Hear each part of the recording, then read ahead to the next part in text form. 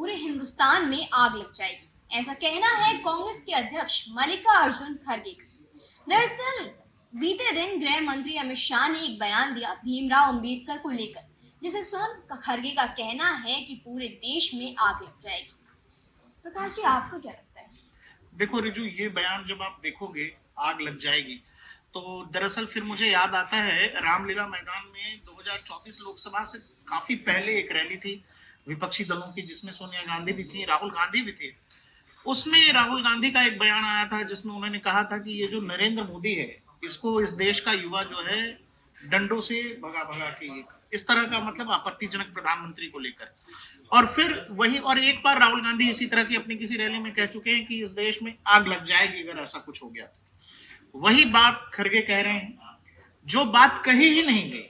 मतलब ऐसा कुछ जो कुछ गृह मंत्री ने कहा ही नहीं, वो जानबूझकर एक थिएट्रिक्स प्ले किया जा रहा है और लोगों तक मतलब आधी अधूरी बात, आपने किस संदर्भ में कौन सी बात कही, और वो करीब 2-3-2.5 मिनट का पूरा चंक है जिसमें वो ये बता रहे हैं कि बाबा साहब अम्बेडकर का कांग्रेस के अंदर क्या इतिहास रहा, कांग्रेस पार्टी का उनके प्रति क्या समर्पण, या आज जो दिखावा कर रही है कांग्रेस कि भाई बाबा साहब को ही लेकर सोना लोग, और उनकी लेकर सोना उठना बैठना सब कुछ, की बाबा साहब से बड़ा नेता वाकई में इस देश में कोई हुआ नहीं।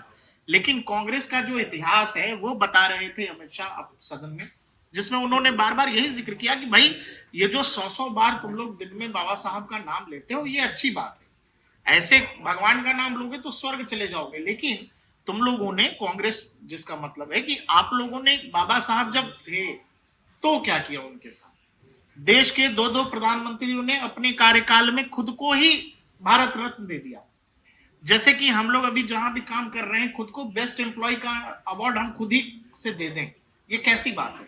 उस बात का जिक्र कर रहे थे गृह मंत्री। और उसी दरमियान जो शुरुआती, जब उनके भाषण का जो हिस्सा है जो कांग्रेस बार बार प्ले कर रही है और दिखाया जा रहा है कि बाबा साहब का अपमान किया है गृह मंत्री ने, वो कह रहे हैं कि भाई अंबेडकर अंबेडकर जो तुम लोग करते हो, किसी भगवान का नाम लेता, और उसके वो करीब 2-2.5-3 मिनट की बात है, केवल 12 सेकंड का चंक लेकर आधी अधूरी जानकारी, देश के सदन में कही गई बात, लोगों को बस कंफ्यूज करने के लिए, भरमाने के लिए। आपको पता है कि कई बार हमें लगता है कि आजकल तो कटी कटाई क्लिप जिसके मोबाइल पर जो चली गई लोग उसको सच मान लेते हैं, और उसी को लेकर अब कांग्रेस बहुत एग्रेसिव है। ये मांग की जा रही है कि गृह मंत्री को देश से माफी मांगनी चाहिए।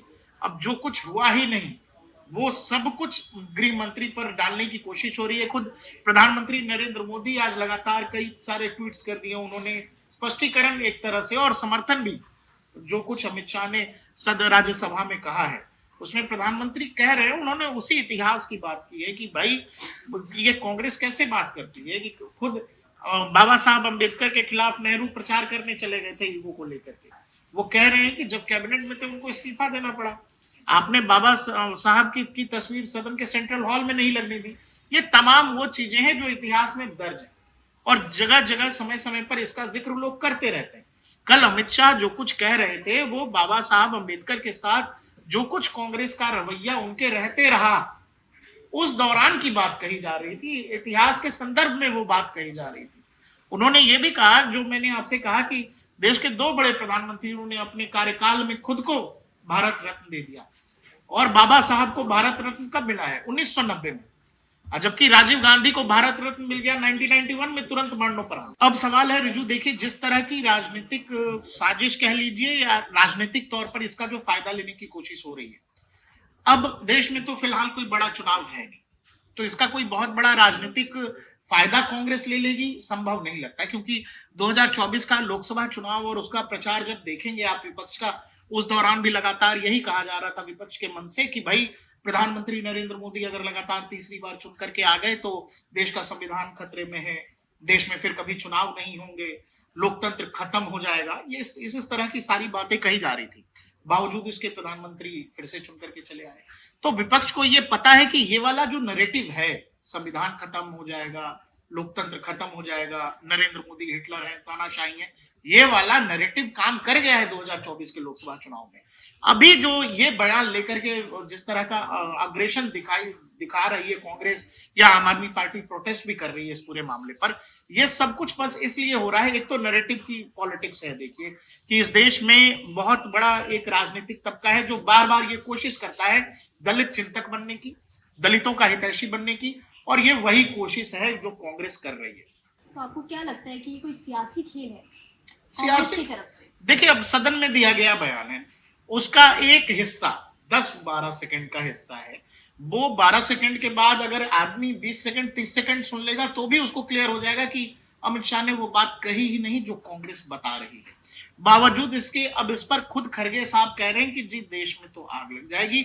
तो आप ये समझ लो कि देश में क्या माहौल खराब करने की कोशिश हो रही है। हमने देखा है, वो चाहे किसान आंदोलन हो, सीए एनआरसी का मामला हो, या फिर देश में समय समय पर इस तरह के मसले खड़े करने की कोशिश की गई है, जिस पर बार बार एक तरह से हमने देखा है कि सरकार कई बार बात करने की कोशिश, या फिर सरकार की तरफ से ये अभी किसानों का ही मुद्दा जो रहा पिछले कई सालों से चल रहा है, और अभी लोकसभा के चुनाव के पहले भी अचानक से किसानों ने जिद ठान ली कि हमको दिल्ली जाना है। तो इस तरह के मुद्दों पर जो कांग्रेस का रवैया रहता है, और अचानक से खरगे साहब का ये कहना कि भाई देश में आग लग जाएगी, और अभी अभी जब बांग्लादेश में जो कुछ हो रहा था उस दौरान कांग्रेस के ही कई सारे नेताओं की तरफ से ये बयान आया कि ऐसा हिंदुस्तान में भी हो सकता है। तो ये जो बयान था अमित शाह का राज्यसभा में, उसको लेकर कांग्रेस क्या कुछ ऐसा प्रयास कर रही है, क्योंकि बयान वैसा ही है कि जिससे देश में एक माहौल खड़ा करने की कोशिश की जा रही है, नैरेटिव सेट करने की कोशिश की जा रही है कि भाई बीजेपी या नरेंद्र मोदी जो है दलित विरोधी हैं।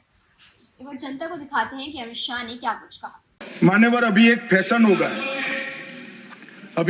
होगा है आम्बेडकर आम्बेडकर आम्बेडकर आम्बेडकर आम्बेडकर आम्बेडकर। इतना नाम अगर भगवान का लेते तो 7 जन्मों तक स्वर्ग मिल जाता। अच्छी बात है ना? सुनिए तो, सुनिए ना, आप सुनिए ना, मैं बताता हूं।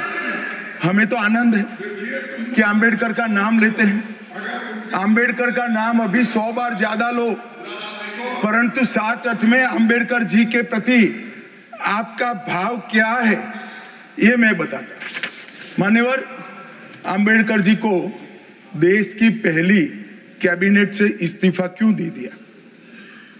आम्बेडकर जी ने कई बार कहा कि अनुसूचित जातियों और जनजातियों से हुए व्यवहार से मैं असंतुष्ट हूं, सरकार की विदेश नीति से मैं असहमत हूं, और आर्टिकल 370 से मैं असहमत हूं। इसलिए वो छोड़ना चाहते थे, उनको आश्वासन दिया गया, आश्वासन पूरा नहीं हुआ, उन्होंने इग्नोरेंस के चलते इस्तीफा दे दिया। और एक श्री BC रॉय ने पत्र लिखा कि आम्बेडकर और राजा जी जैसे 2 महानुभाव मंत्रिमंडल छोड़ेंगे तो क्या होगा। तो नेहरू जी ने उनको जवाब में लिखा है, राजा जी के जाने से तो थोड़ा बहुत नुकसान होगा, आम्बेडकर के जाने से मंत्रिमंडल कमजोर नहीं होता है। मान्यवर, ये विचार जो खरगे जी कह रहे हैं ना, क्या आपत्ति है? जिसका विरोध करते हो उसका वोट के लिए नाम देना कितना उचित है? क्योंकि अब आम्बेडकर जी को मानने वाले पर्याप्त संख्या में आ गए हैं, इसलिए आप आम्बेडकर आम्बेडकर कर रहे हो।